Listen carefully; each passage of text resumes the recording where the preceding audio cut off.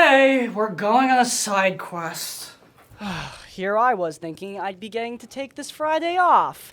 If you guys don't know me, my name is Crispy. Normally, I cover tabletop and Dungeons & Dragons drama here on Crispy's Tavern, but we are taking a bit of a side quest to talk about video games, as one of my favorite game studios was recently closed down by good old Warner Brothers. Yep, WB.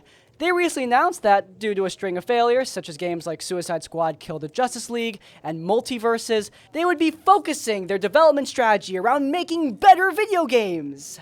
And they'd be making better video games by firing a bunch of the people who make their video games. After careful consideration, we're closing 3 of our development studios, Monolith Productions, Player First Games, and Warner Bros. Games San Diego. This is a strategic change of direction, and not a reflection of those teams or the talent that consists within them. Yeah, great, heartless statement as you fire a bunch of people. I'm sure those people are really comforted as they walk out the door by your encouraging words. This is unfortunately becoming more common in the gaming industry, with execs at the top making really not great decisions, and the people at the bottom being punished for those decisions, often by losing their job. It sucks, and it's terrible that we are becoming increasingly used to these kinds of stories. All these closures are horrible, but for me, the one that hit me the worst was Monolith Games. They were not involved in any way in any of Warner Brothers' many failings these past few years. But despite the fact they are currently developing a licensed DC Wonder Woman game for Warner Brothers, they were shut down anyway, along with their entire game getting canceled.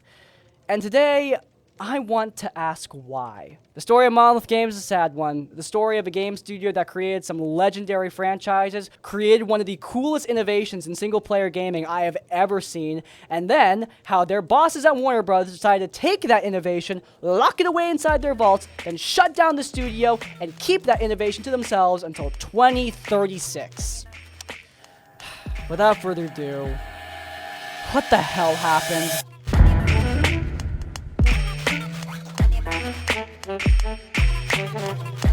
Okay, so if you don't know who Monolith is, I should probably explain that. They've developed a lot of awesome franchises, from Nulf to Fear to my darling, which is Shadow of Mordor.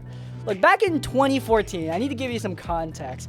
It was kind of ridiculous, the idea of a licensed video game being good in any way. A lot of angry reviewers were infamous for screaming about movie tie-in games. I remember countless rewatches of Angry Joe reviews for the terrible Thor video game, or the terrible Battleship video game, or the many terrible Star Trek video games. Tie-ins to licensed properties were just often lazy cash grabs. So in 2014, when Monolith released a Middle-earth tie-in in the form of Shadow of Mordor, a lot of people didn't know what to expect. What they got was an incredible third-person action game. The story was, it was pretty good. The story of a ranger who got possessed by Celebrimbor, the wraith who helped Sauron create the rings, and their quest for vengeance against the Dark Lord and his army of orcs. But while the story was pretty good, what made the game truly incredible was the Nemesis System. You see, Talion in the story is deathless.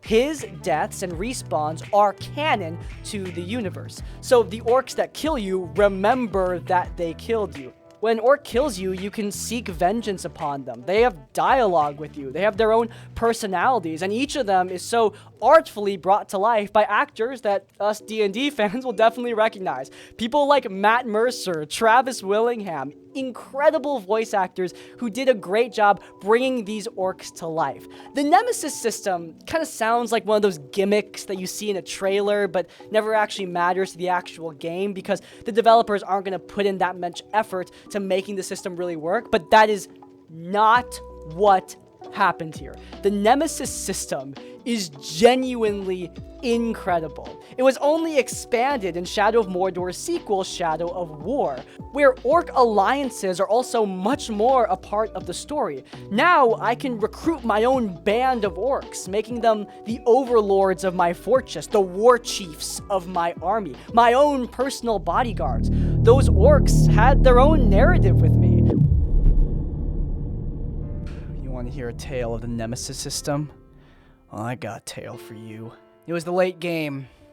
I had just besieged a fortress, taken it for my own. Went to hunt a captain, thought nothing of him, killed him with a poison barrel, suffocated him to death. A couple hours later, bastard came back.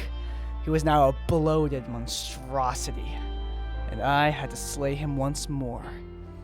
And I failed. The guy ended up killing me and taking my fortress. He was the new overlord. I swore revenge. I quickly gathered my army and laid siege to the fortress to take it back from the bastard. But he repelled me. He captured my captains, my war chiefs, my overlord, my loyal allies, slew many of them too. I had to work for many hours of gameplay. Eventually, I laid siege to the fortress, confronted him in the throne room, and finally slew his ass. Felt pretty good. And I don't have, recordings of any of that. I recorded a lot of my Shadow of War gameplay, even before I was a YouTuber, but this, I just pulled that from memory. I remember that much of that story because the Nemesis system is genuinely that great at telling stories. In my opinion, the orcs in Shadow of War are the most interesting orcs have ever been in the Middle-earth franchise. They had relationships with each other, whether they be sworn enemies, bodyguards, loyal blood brothers. As you killed them, they would evolve, their appearance changing based on how they died, burned to death by a drake, or turned into a bloated corpse by poison. It's not just your enemies, your friends had stories. I remember multiple generals in my army became kind of close characters to me, which made it hurt all the more if they inevitably betrayed me, or felt all the more rewarding when they saved me at the brink of death. This was a dynamic way to tell stories. Arguably, the Nemesis system told better stories than the actual game itself. So, you might be wondering, Crispy, if the Nemesis system is so great that you had to get a dramatic background in order to talk about it, why was it never used in any other video games? Well, patents.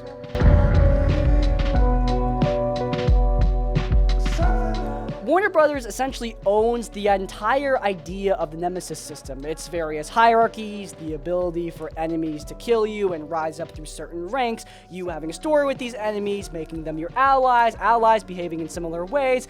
This sucks, in my opinion. It's through the lens of a bunch of BS lawyer corpo speak, but it is taking this really innovative idea and locking it away for only Warner Brothers to control. There are many video games that I think would benefit from something like the Nemesis system. Maybe not as in-depth as Shadow of War or Shadow of Mordor, as those games completely centered around the Nemesis system, but in games like Cyberpunk, I could totally see a universe where V's deaths are canon to the story, where the gangers who killed you promote themselves among their gang and become characters with their own stories and personalities that you can try to get revenge on. That is a really cool idea that would add a lot to the Cyberpunk universe, but CD Projekt Red can't do that because of this patent.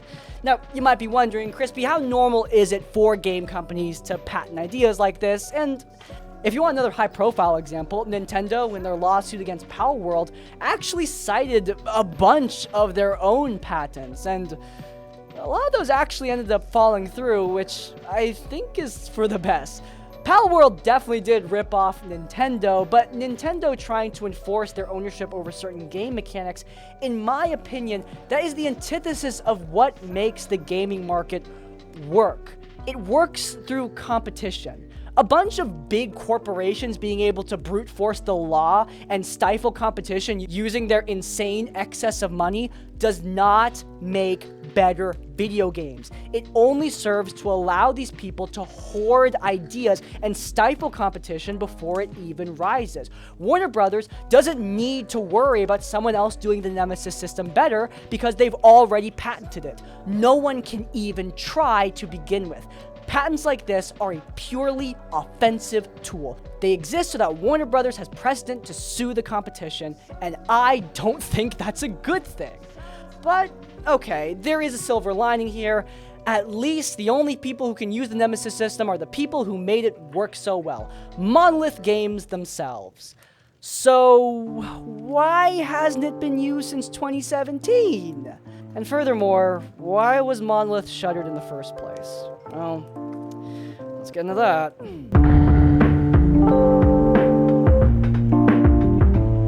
Okay, so Shadow of Mordor releases to critical acclaim in 2014, so of course, Monolith are immediately working on a sequel, Shadow of War. It's Shadow of Mordor, but just like more in general. Instead of Shadow of Mordor's smaller scale conflicts, Shadow of War has a big epic siege battles. It has 4 very different zones. The orcs have way more unique aesthetics and personalities. Even more voice actors came in to lend their support. The story was longer, the skill trees more extensive. It was an impressive expansion. So why wasn't it as acclaimed as Shadow of Mordor despite just being better in almost every way? Well, I do want to briefly say that the story of Shadow of War was kind of bad. Like, if you think Rings of Power bastardizes Tolkien's lore, just wait until you see how Shadow of War turned Shelob into a sexy hot woman. That was a shock for me as a big Tolkien fan, but as a guy who was into this Middle-earth franchise for the gameplay, I honestly was willing to overlook some of that nonsense. The real reason why Shadow of War had a much more mixed reception, nothing to do with the gameplay, and honestly, mostly nothing to do with the story, it had everything to do with the executive nonsense. The microtransactions. This was 2017, my friends. Star Wars Battlefront 2 was entering its massive controversy with loot boxes, and Shadow of War was following behind it with loot boxes in a single-player game. Yup. You could purchase random loot boxes that would give you orcs to use in your gameplay. And while these microtransactions blatantly corrupt the Nemesis system, instead of orcs arising naturally through the ranks through their conflicts with the players, they are injected into the system through buying them, which just sucks. It makes the game just worse in general. It also was just a slap in the face to people who were tired of seeing microtransactions like loot boxes getting put into their live service games. This wasn't even a live service game. It was a single player game, for Christ's sake. So, of course, this was a major controversy that corrupted the reception to Shadow of War. Despite that, Monolith did continue to update the game, and at its conclusion, with the life cycle done, they actually ended up removing the microtransactions. The loot boxes are no more, and you can play the game in essentially a perfected state, with all amazing DLCs included and an incredible adventure for you to go down. It's a really wonderful experience. I just wish it wasn't tainted by a bunch of microtransactions that some tasteless exec no doubt ordered them to implement just to squeeze a couple more dollars out of the players. But anyway, after the conclusion of Shadow of War's development cycle, Monolith were ready to move on to the next game, and they wanted to do something original. They were creating an original IP for themselves, but Warner Brothers were not interested in exploring any original ideas. Instead, they were pushing Monolith to explore something in the Game of Thrones universe, or within their DC superheroes catalog.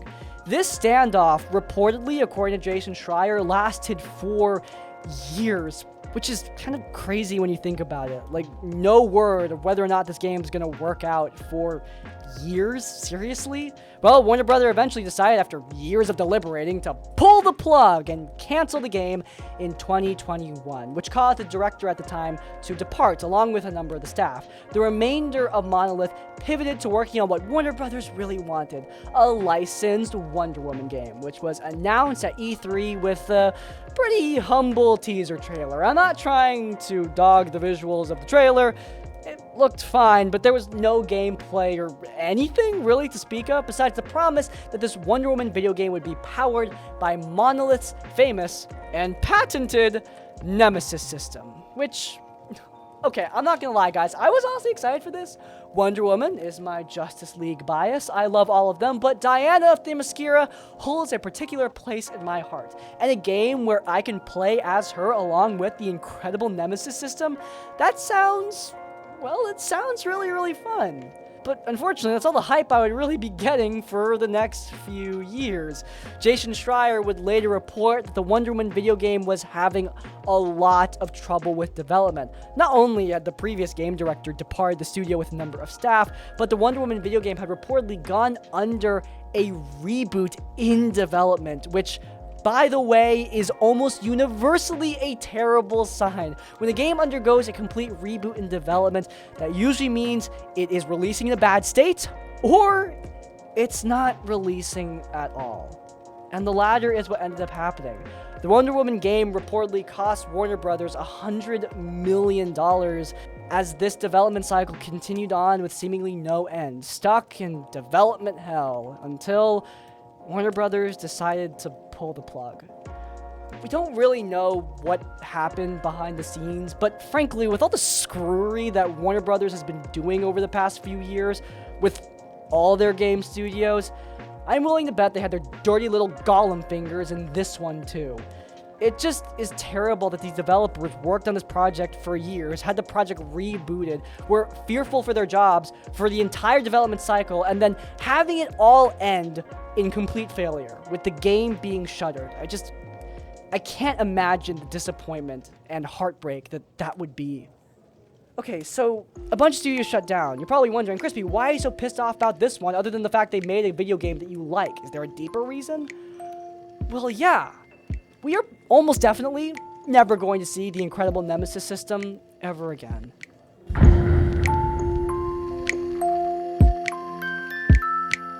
Monolith were the only studio working with this incredible innovation, and they were using it in their Wonder Woman game. Reportedly, its inclusion was kind of confusing. They at first wanted it to be only used for Diana's allies, which seems kind of weird considering its implementation in Shadow of Mordor, but they later pivoted to having it work with the enemies. This was probably at least somewhat involved with that reboot I mentioned earlier. But despite any of the problems with the Wonder Woman game's development, it still stands that Monolith were the only people using this. And now, nobody is. Monolith is shut down, and Warner Brothers is holding on tight to that patent, and that thing is gonna last until 2036. They're holding a really cool idea hostage, preventing it from being used in any video games just because they couldn't get a game to use it. It's terrible because Monolith deserved better. They made nothing but great video games, and their last release, Shadow of War, was screwed by some exec's desire to put loot boxes into the system. And then when they worked for years on a single-player IP, they were screwed again because Warner Brothers didn't want anything original and wanted them to work on license crap, and waffled about whether or not to cancel the game for years until they finally did. And then Monolith and their team were screwed again when Warner Brothers made them work on a Wonder Woman game that ended up getting the can anyway. Horrible. And the worst part is, I doubt Monolith are going to get many sympathies. Gamers seemingly have a hate boner for many a game developer and are completely blind to the complications that are involved in game development. The problems that we often see with the video games that we play, like Cyberpunk 2077's rushed release, or Star Wars Battlefront 2's nonsense loot boxes, those are usually not the responsibility of the people at the bottom of the ladder. But those people who are put in devlogs, the voice actors who are unfortunate enough to just participate in these releases, those are the people who often get the blame. And that sucks. And it sucks even more because we, the consumers, are further robbed of incredible products because of these greedy practices. We are robbed of any future releases from the Monolith team. We are robbed of the Nemesis system being used in anything else because of this patent nonsense. We are robbed of great video games, and it's all because greed is causing the best of this industry to lose their jobs and fear for their careers. It is terrible. So, what can we do as consumers? I don't know, man. For starters, be nice to game developers, for Christ's sake. Like, I'm okay with some playful nonsense, like the Hex Tech chess memes going on in League of Legends as of filming this. I think those are fine, but outright harassing game developers or voice actors? Yeah, cut that crap out. Those people don't deserve your hate. The people who deserve your hate are the guys at the top who are making the awful decisions that ruin the games that we love, all so they can buy another luxury car. Alright, this is a depressing episode of Critical Failure. Doesn't end with any sort of karmic justice, and often with industry bullshit, never does. But anyway, if you guys enjoyed this depressing story, you might enjoy a more uplifting one. The story of Gabe James Games, the guy who cheated on a bunch of his partners and lived to regret it. It's linked in the cards. But before you go, please leave a like on this one and subscribe to Crispy's Tavern so you don't miss any of our content as it comes out. And finally, if you want to leave your own suggestions or thoughts, you can go down and comment down below. If you can't think of a comment, leave the comment Nemesis to let me know you made it to the end of the video. In essence, like, comment, subscribe. I'll see you all next time. Farewell. It's awful that we live. Oh my god, my friends are asking me to play Marvel Rivals. I'm filming! Damn it!